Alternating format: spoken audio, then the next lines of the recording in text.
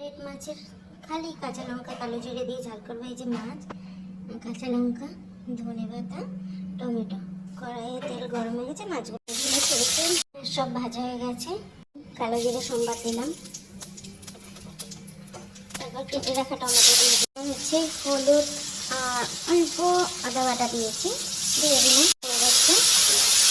দিলাম ফুটে গেছে, এবার মাছগুলো আমি দিয়ে দেবো। এক এক করে সব মাছ দিয়ে কেটে রাখা সব মাছ দিয়ে দিলাম। এবার একটু ফুটো, মাছের ঝাল হয়ে গেছে। আজকে একটু চিকেন করবো, চিকেন দিয়ে আলু দিয়ে ঝোলে যে চিকেন। আর এখানে আলু ভাজা হয়ে গেছে, এই পেঁয়াজ রসুন বাটা আছে, এখানে আদা টমেটো কাঁচা লঙ্কা পেস্ট করা। এবার এই তেলের মধ্যে বাটাটা দেব, আদা রসুন বাটাটা দেবো, সেটা করবো। টমেটো কাঁচা লঙ্কা আদা পেস্ট করে এটা দিয়ে দিলাম। মশলা মশলাটা আমি এগুলো ধনেগুলো লঙ্কাগুলো হলুদগুলো এটা দিয়ে দেবো, সেটা করবো। দই দিয়ে দিলাম, রাখা চিকেনগুলো দিয়ে দিলাম, একে সব দিয়ে দিলাম দিলাম